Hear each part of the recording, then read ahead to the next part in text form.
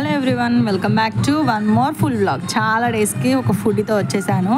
ఎలా ఉన్నాయి చూడడానికి రోజు ఫ్లవర్స్ చూస్తేనే ఎలా వచ్చాయా అనిపిస్తుందా?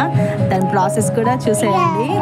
Please like, share, subscribe to our channel.